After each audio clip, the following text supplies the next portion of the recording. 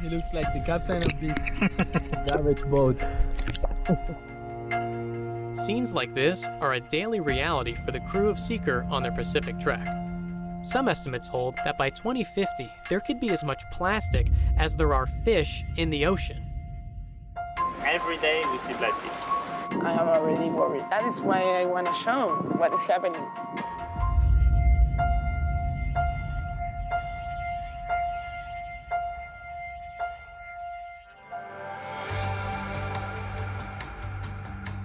We got back with this net, so it's not only one net, it's many nets that are tangled together. Also some other very interesting items like this toothbrush was trapped in the net.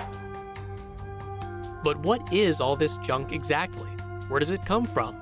And is it really concentrated in a giant garbage patch somewhere out there?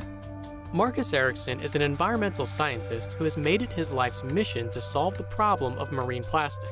It's a global issue because plastic accumulates in gyres, large circular currents that thread through the world's oceans. What's leaving land heading out to sea is all the single-use packaging.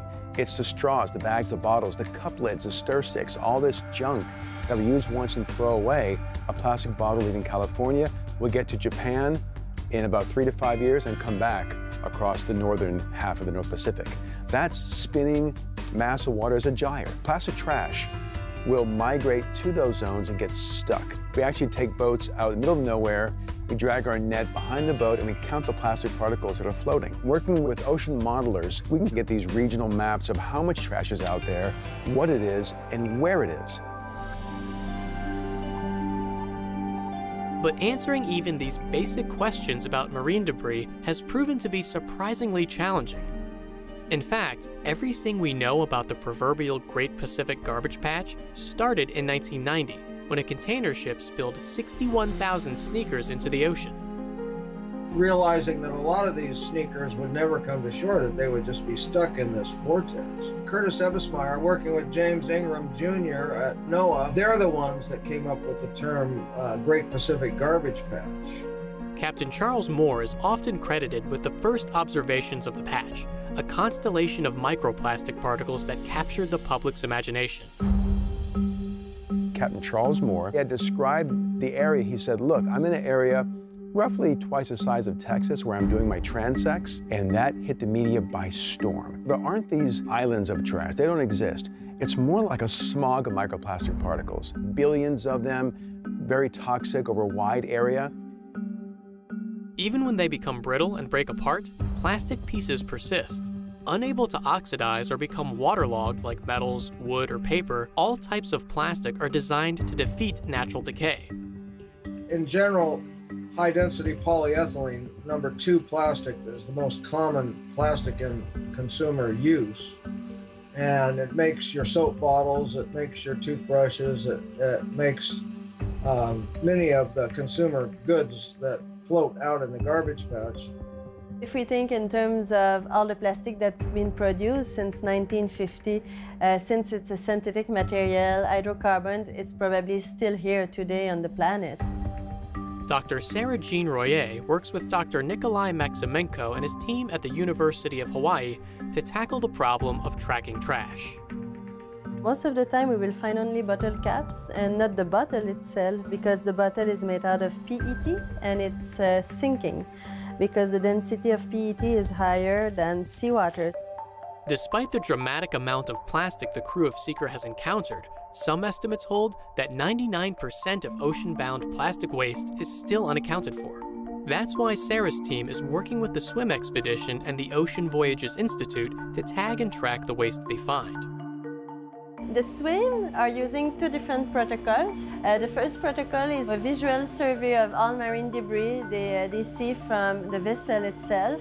And whenever they find an object that is large enough, they will get closer to the debris, they will take pictures of it, and if there are numbers or lettering, they will share this information with us so we can track back the origin of that debris. The second protocol is basically to attach GPS buoy onto marine debris to track their movement in the ocean. We go to the net and tag it, and then we take out this and it's activate the tracker. Once the tracker is activated, it enables scientists to both improve models of how trash travels in the ocean and learn where to focus cleanup efforts. Most of the time, Sarah and her team can't immediately tell where a piece of plastic comes from, but they can look for other clues. We need to use an FTIR, or micro-Raman spectroscopy. This spectrum is matching a spectrum that is found in the library, telling us what is the type of plastic. It's probably the dream of all scientists to have a satellite and a new instrumentation to be able to quantify the amount of plastic floating at sea. The entire life cycle of plastic is poisonous.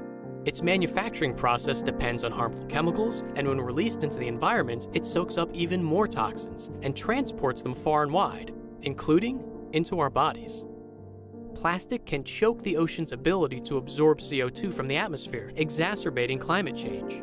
Only 10% of the habitat is on the land. The rest, 90% of the habitat's in the ocean, and it's totally unexplored for the most part. Imagining all the jungles, all the deserts, all the savannas, all the Rocky Mountains. The ocean would be 9 times more. And the idea that somehow it could be 50% plastic, 50% fish in a mere 30 years is horrifying. The ocean is in peril right now. And if we don't do something that is going to reverse that in the next few years, then it's going to be much more difficult. But the situation is far from hopeless. Organizations are developing innovative solutions to clean up ocean plastic.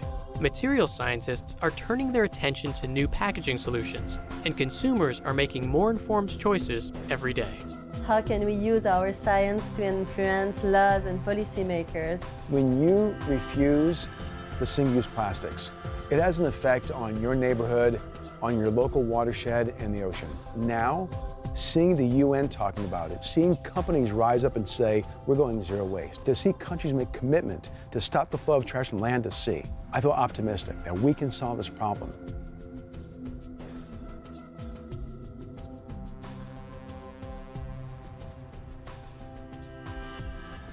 Be sure to visit Seeker.com/theswim to read daily updates from Ben LeCompte, track his progress in real time, and watch more videos about the science happening on board Seeker. Click here for this next episode, and don't forget to subscribe. Thanks for watching.